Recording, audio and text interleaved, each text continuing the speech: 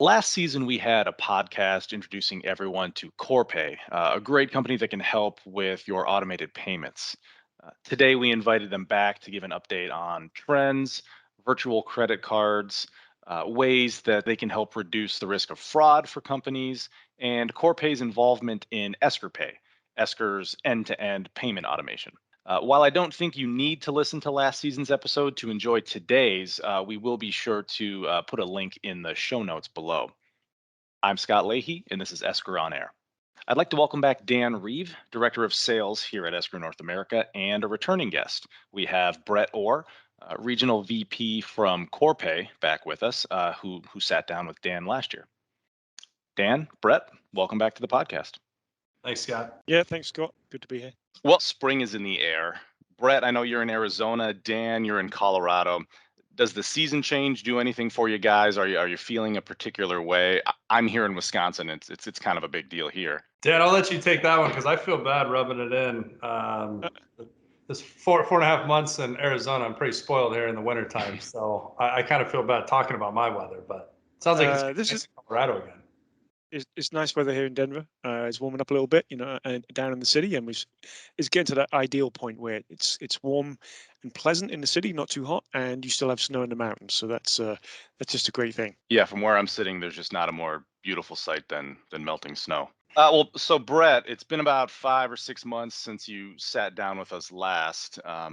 What trends are you seeing these days that might be beneficial to our listeners? Yeah, I mean, it's a great question. And I really don't know that the trends have changed a ton. I think there's maybe a little bit here and there, but I think the reality that a lot of companies are facing is they're still kind of coming out of this pandemic situation of, employees working from home. Obviously there's a lot of turmoil in the economy and some shifts with inflation and everything else. And so I think there's still a lot of, kind of sit and wait, we've got to do whatever we can to keep our heads above water right now and kind of power through this thing and see where we come out on the other side. So, as far as new trends, I don't necessarily know that we're seeing new trends. I think if anything, we're seeing more companies get on board with the fact that, if you're not utilizing some form of technology or more specifically automation, you're probably falling behind or you're making life much more difficult than it needs to be.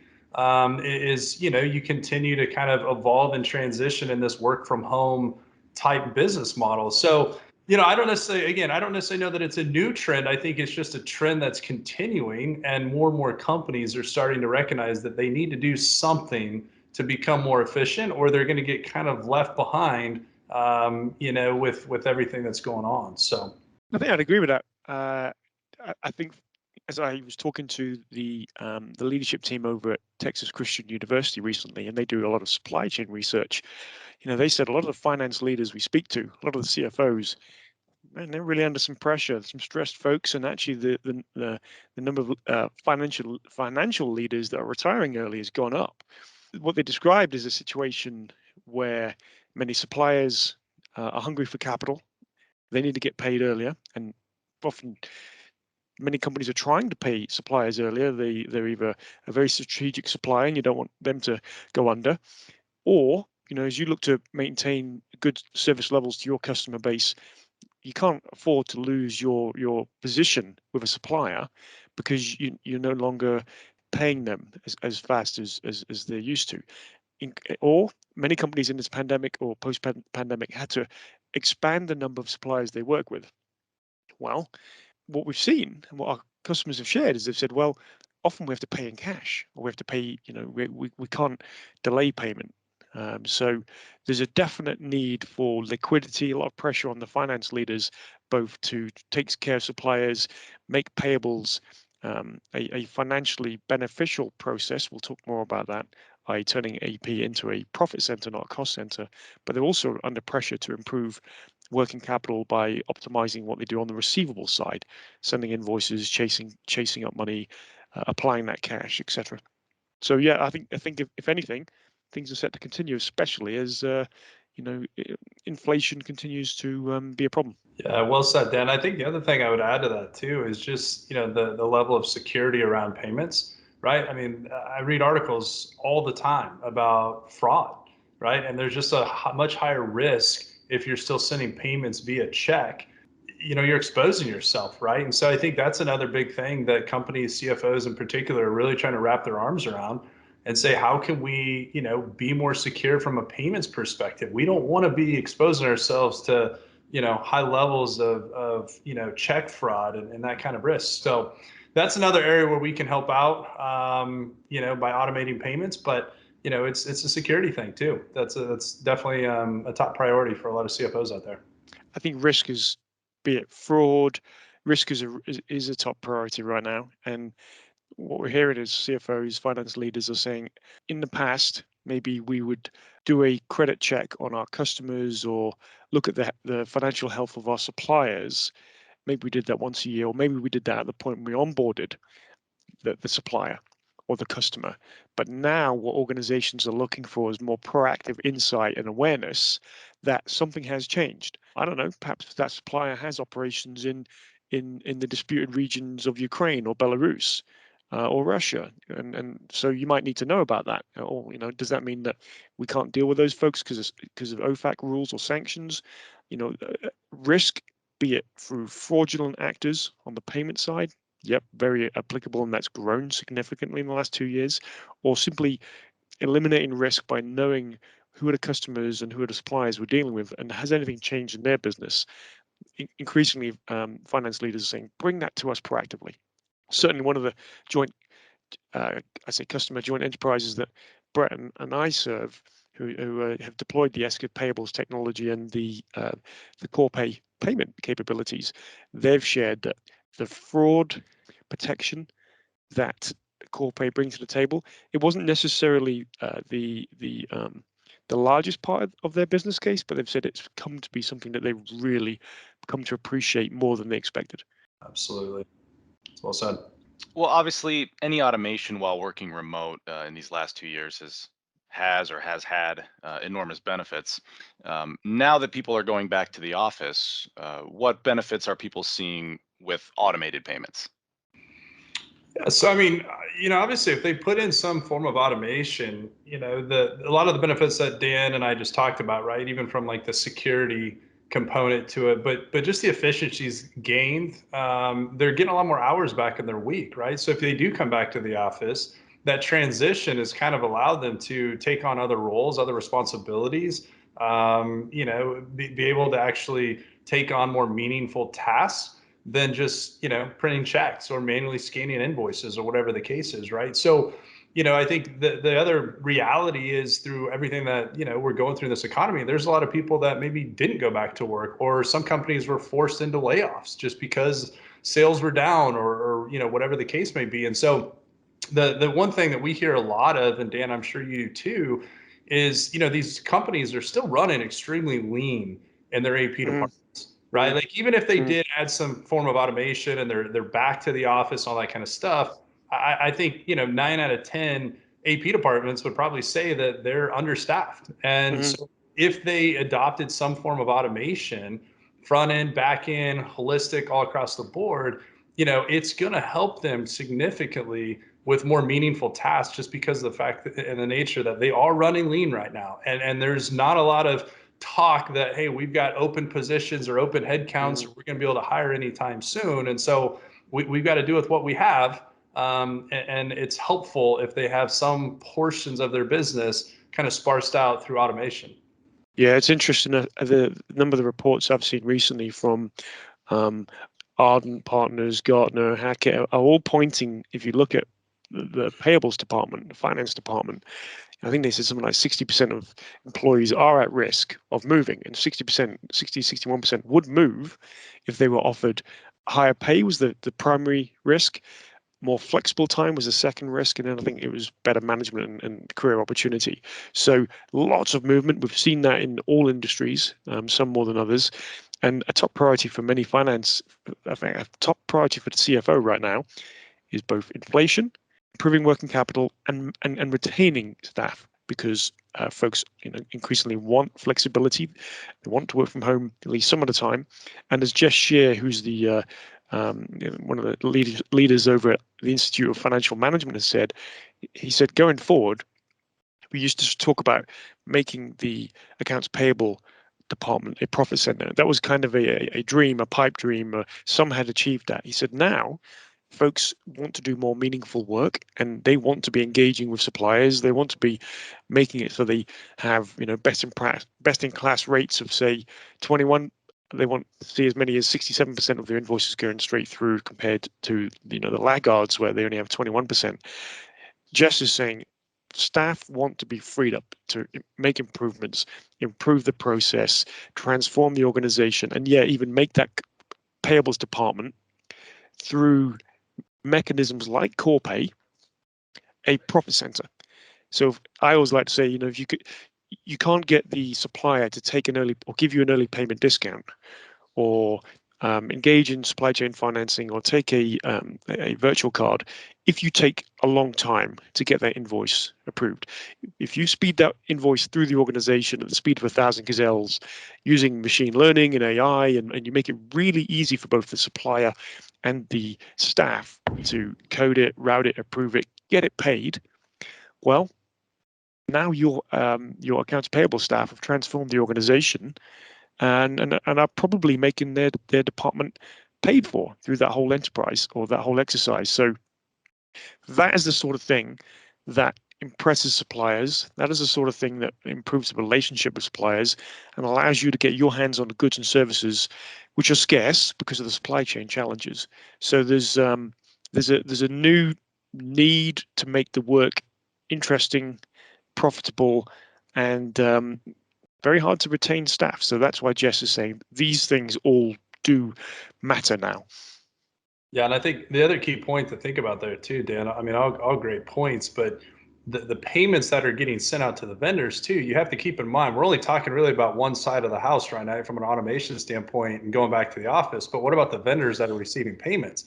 Are they back in the office yet, right? And how much more challenging is it for them to receive a paper check in the mail if they're only coming to the office one day a week versus, if they can receive some form of electronic payment, right? Where maybe, if they are just coming to the office one day a week, they can still get notified and collect that payment or process that payment, from their house, or if they're traveling or whatever the case is. So it really is, I mean, the automation thing is a two-way street. And I think that's where you're starting to see a lot more vendor adoption of, electronic payments, whether it's virtual card or ACH, whatever the case is. But there's a lot more companies out there on both sides of the coin saying, hey, we want some form of automated payment. Like, we're kind of done with this check thing for a handful of reasons. And so it's really a benefit to both parties within the payments and receivable space.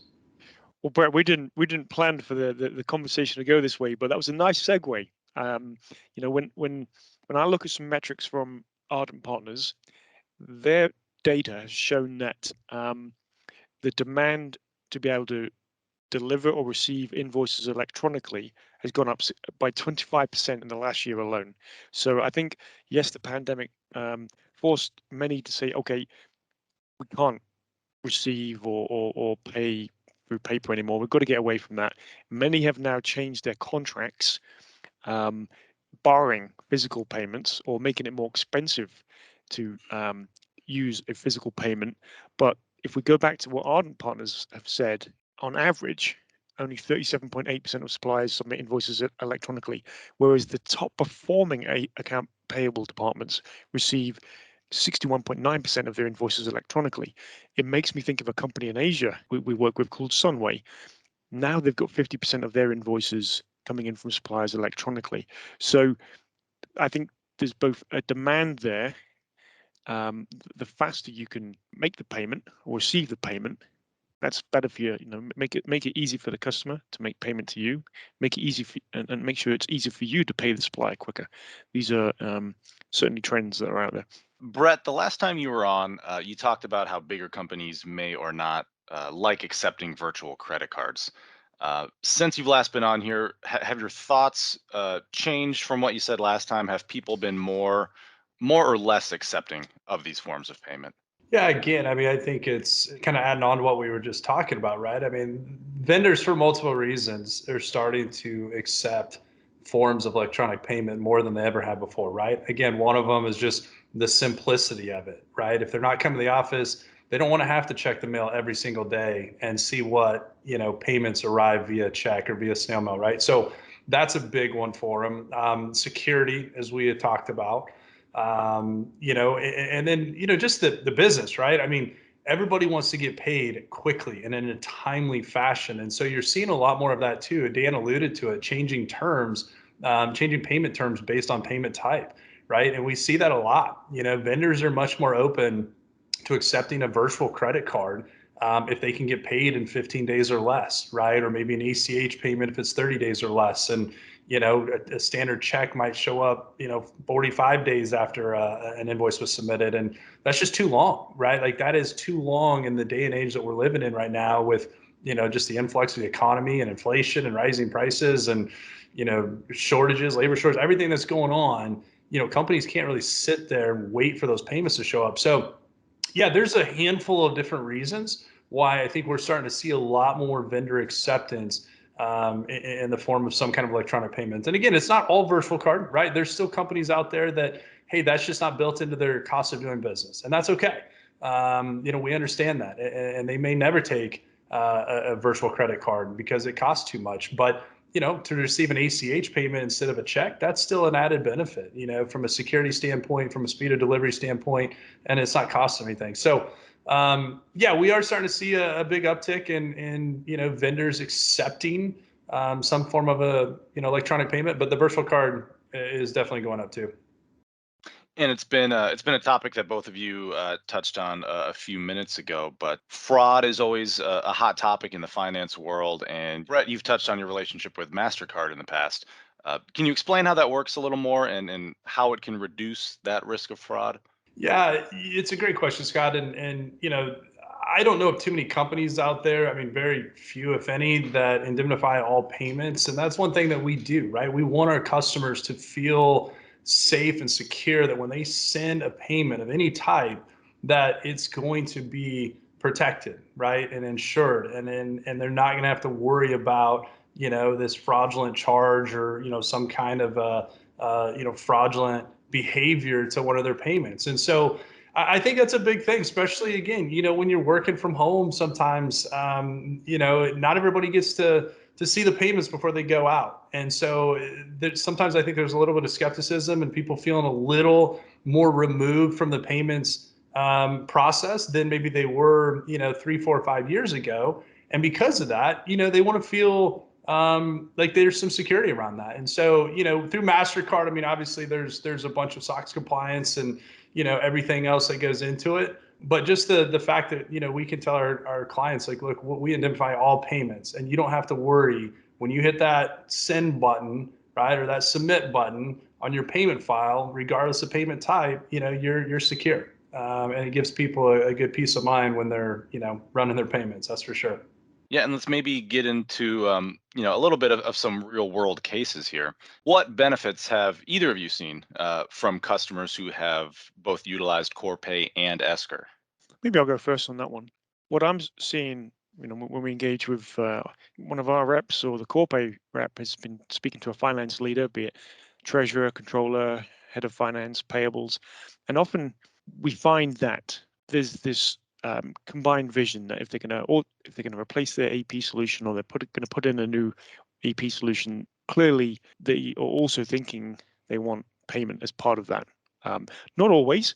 Sometimes, clearly we sell solutions independently, but increasingly folks are looking at this as one end-to-end process. But that goes further.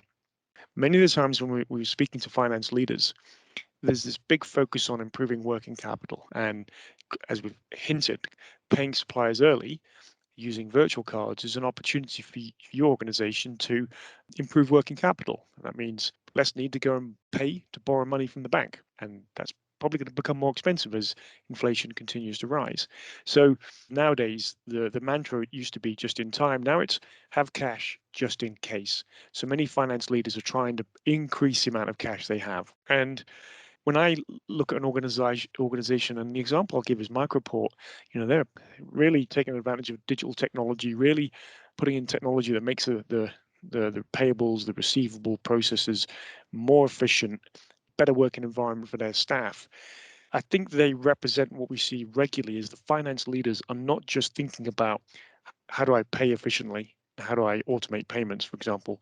They're often also thinking about, well, how do I collect money quickly, efficiently, make sure there's no problems on the collection side, apply that cash. Now, normally that cash application process takes a lot of time and is manual.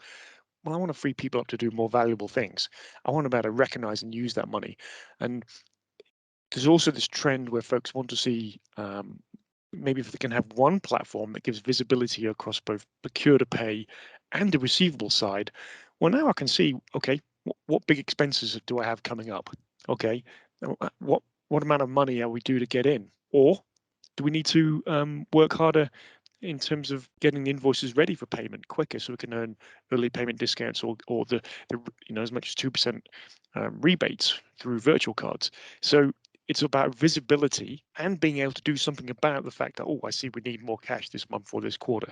The reason I mentioned Microport is originally that I believe they were already working with Corpay for global payment capabilities across multiple countries, multiple regions. And they approached us originally thinking, oh, let's automate payables. And then they shared their goals and objectives around improving day sales outstanding and working capital. And they said, didn't realize that there was a solution out there that would allow us to both automate payables and receivables and payment. Great. Actually, we'll start and tackle our AR initiative first to deliver invoices and collect payment and use automation there.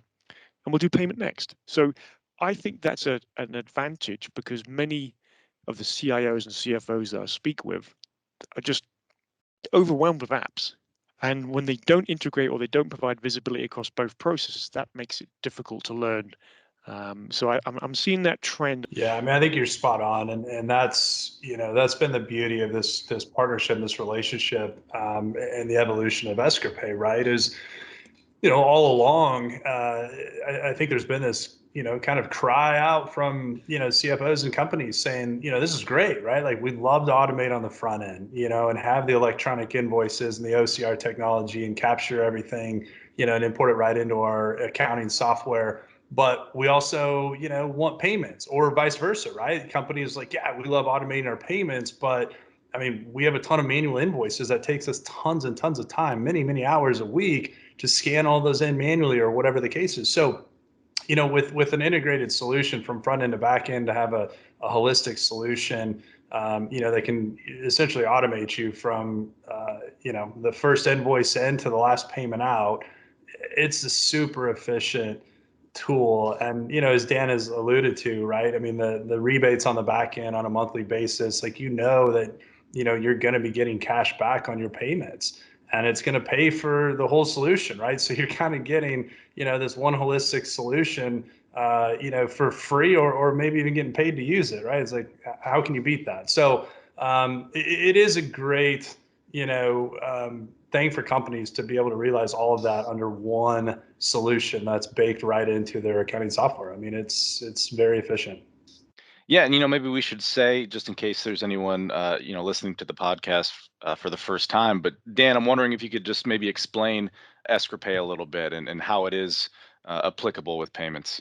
Yeah, I think if we were to describe Esker Pay, I mean, one way to describe it is finance leaders, CIOs, supply chain leaders deploy Esker's technology because they're trying to free up their staff to go and be rock stars, be it in payables, receivables, collections, cash application, etc. Well, on top of that, if you have those digital tools that give you the visibility and the automation, there's an opportunity to improve working capital by doing things like making it easy for your customer to not just receive the invoice or for you to chase the invoice, but for them to pay. So you may well have payment partners that you use already, and the Esker Pay umbrella would allow you as a Esker customer to use the technology, or to if you don't have payment options, we can provide payment options using different different mechanisms, be it credit card, ACH, and these payment capabilities are global. Similarly, on the procure to pay side, it's about making it easy so that it's not just procure to post or procure to voucher in the ERP. The payables of the finance team want to pay that supplier, and if you do it well, if you do it effectively, then you give them different options like virtual cards then there's the mechanism to earn rebates. So it's really that, dare I say it, that fintech layer on top of technology. And in plain English, what's the objective? Well, the objective is, yes, you want to take care of your suppliers, and yes, you want to be easy to deal with for your customers. But at the same time, if you have the visibility, if you have the technology, this is a way to really improve working capital. And you can see, what have we got to pay, and what money have we got coming in. So it's an umbrella, and it's a mechanism for generating new cash, or accelerating cash within your business. Yeah, and since we last spoke, we've actually built an integration program. How would you describe that, Dan? Yeah, I think what's interesting is, when I speak to some finance leaders, some payables departments, controllers, some say, "Hey, we really like what we see from Corpay. We really like what we see from Esker. That's great. We will receive the invoice, code it, use the AI machine learning, process the invoice, and we'll then go and pay from our ERP, or we might pay and hook up the ERP with Corpay." And others will say, but what we really care about is, we want a single tool that's integrated, and it's almost it's a seamless experience, where we're not having to log into two different systems. I can receive the invoice. I've got visibility about accruals and who I need to pay and how much is coming up and what the trends are, where our spend is going.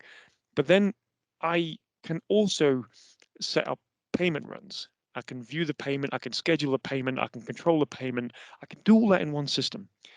And it's interesting, because it feels like half the time some folks really, really want and care about that integration, and the other half of the time folks don't necessarily need it. So we realized there was a need to have the integrated one-stop shop option, so customers could choose what was best for them.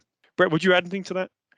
Yeah, I mean, it's, I think you nailed it, right? It's spot on, and it's, across all types of payments too. I mean, that's the other key thing. And you even alluded to the international or FX payments, right? I mean, it can all be done out of one single payment file. And I think, that's a big movement right now. Is, virtual cards nice, and that's been around for a little bit, and that's great technology. But the reality is, we know that not 100% of vendors that, a company has to pay are going to accept virtual cards. So what are the other options?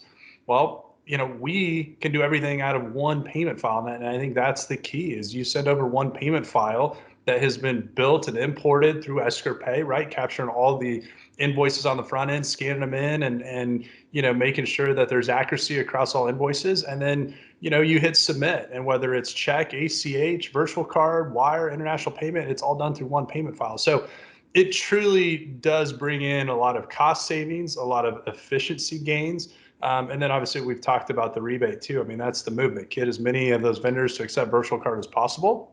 And then you're going to get a nice, cash back monthly rebate every single month that, is going to hopefully pay for the entire solution. Like I said, put some revenue into the bottom line, all out of your, existing payables today. So you nailed it, Dan. And it's really taken off. I mean, it is definitely the kind of growing trend in the payment space, and we're seeing, a great adoption from not only customers but vendors, that want to get paid, like I said, faster, more securely through some form of electronic payment. Great. And we'll kind of wrap up here, but final question for you both. We'll start with Brett. We covered a lot of ground on this podcast here, but if there's one takeaway that you'd like to highlight for anyone who is listening, what would that be today? Yeah, it's a great question. I think, for anybody listening today, it's really just take some time and evaluate your current processes and inefficiencies, right? And I think anybody could find, one or two or three, and some may find 10, right? But what I think that, if you do a deeper dive and are okay to some change, right? I think that's probably the other thing I would say is some companies are a little afraid of change. Hey, we've been doing this for 35 years. We've been manually scanning invoices and manually printing checks and whatever the case is. But yeah, is that really the most efficient way of doing it? It's not, right? There's technology that exists today that is super, I never would say easy, but it's not difficult for us to interface with existing ERPs, get you up and running, and make your life easier. And so for companies that are looking for ways to, again, save money, cut some costs, operate more efficiently, and then ideally create that, new revenue stream out of their AP department, at least consider it, right? I mean, that's all I would say is at least consider it, talk to somebody, even if it's not Corpay or Esker Pay, talk to somebody though. But there are definitely better ways and more efficient ways to operate your accounts payable department than, doing it extremely manual. So be open-minded and evaluate it. Yeah, thanks. I certainly agree with Brett. The trend I've been seeing for the last couple of years now is that simplification and CIOs are just sort of have too many tools. And if I think back 3, 4, when were we going to trade shows? Got to be at least 3 years ago. But now we're probably about to go again. Back then, I don't really remember speaking to that many folks in payables or receivables who knew exactly what tools and what the processes were. Now I think AP and AR have become almost two sides of the same coin. And when I speak to even folks who work in the payables or receivables department, not necessarily the managers, they've got an interest in, oh yeah, we know that they're trying to do this, or we know they've got that tool, and yeah, we think there's some interest in being a bit more efficient or being able to look at technologies. They're aware and have more interest in what's going on.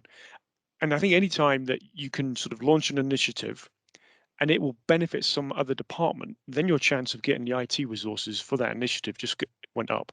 Then your return on investment overall just went up. So AP and AR, the ability to use tools that will help both parties and have visibility both of what we've got to spend and what money's coming in, that's really, really picking up, and definitely feels like there's a lot more interest and a lot more sort of excitement from the finance leaders, the treasurers, the controllers that, hey, I can have one tool that will do both.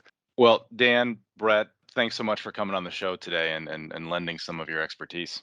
Absolutely. Thanks for having us. Yeah, thanks for setting me up, Scott. Always a pleasure. If you have any questions or are interested in learning more about Corpay or Esker Pay, you can find contact information in the show notes. And as always, if you are interested in learning more about Esker, you can find us at esker.com. Thanks for tuning in today. We'll talk to you next time.